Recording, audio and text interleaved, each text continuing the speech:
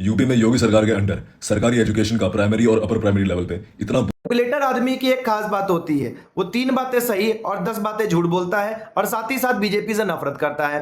पहली चीज तो एनरोलमेंट वाली बात बिल्कुल सही है कि वो गिर रहा है लगातार, जिसके लिए सरकार भी कंसर्न है और उसके कंसर्न के साथ साथ उस पर एक्शंस भी लिए जा रहे हैं। बात करते हैं कवरेज की, तो एनरोलमेंट इस बात की गारंटी नहीं देता कि आप पीएबी के अंतर्गत कवरेज में आ जाओगे। पीएबी आपको अप्रूवल तब देता है जब आप एवरेज डेली अटेंडेंस के बारे में बताते हो, कितने लोगों ने ऑप्ट इन किया नहीं किया, कितने लोग मिड डे मील को कंज्यूम कर रहे हैं नहीं कर रहे हैं। इन सारी डेटा को लेके ही अप्रूवल किया जाता है, जो अप्रूवल लगातार बढ़ रहा है और यूपी में कवरेज भी लगातार इंक्रीज हो रहा है। जो पहले अराउंड 50% के आसपास था, आप धीरे धीरे पहुंचते पहुंचते 70% पहुंच रहा है, जो एक अप्रिशिएटिंग बात है जिसको पीएबी ने स्पेसिफिकली मेंशन भी किया है।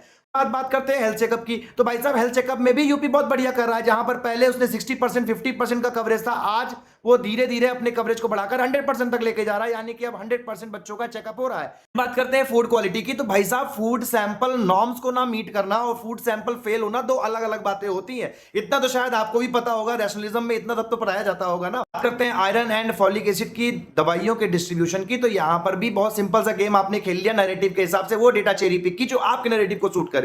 गवर्नमेंट ने कई जगहों पर 100% दवाई का डिस्ट्रीब्यूशन किया है। हाँ, उसके कवरेज में थोड़े बहुत हमें फ्लक्चुएशंस दिखाई दिए, बट इसका मतलब ये नहीं है कि दवाई मिल ही नहीं रही है।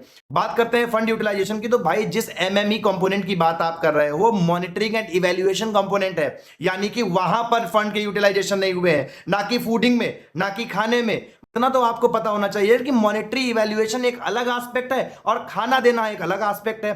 बात करें पीएबी अप्रूवल की, तो भैया वो सेशन स्टार्ट होने से पहले ही अप्रूवल दे रहा होता है, तो उसने अप्रूव किए 248 डेज।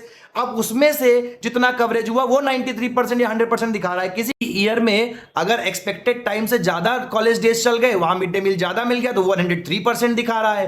किसी ईयर में जो एक्सपेक्टेड डेज थे उससे कम स्कूल चला होगा तो कवरेज कम दिखा रहा है। ऐसा नहीं है कि बच्चे स्कूल आए उनको खाना नहीं मिला, और लार्ज स्केल पर अर्बन एरियाज में बच्चे जो मिड डे मील के अंदर खाना मिलता है वो खाते भी नहीं है, क्योंकि अर्बन एरियाज में लोग अपने घर से टिफिन लेके आते हैं, वो टिफिन से ऑप्ट आउट कर देते हैं। ये सारी चीजें उसी रिपोर्ट में मेंशन है, पर दिक्कत क्या है ना, आप लोग सिर्फ वो ढूंढते हैं जो आपके नैरेटिव को सूट करे। फिलहाल के लिए ऐसी जानकारी के लिए फॉलो करते रहिए। जय हिंद, जय भारत।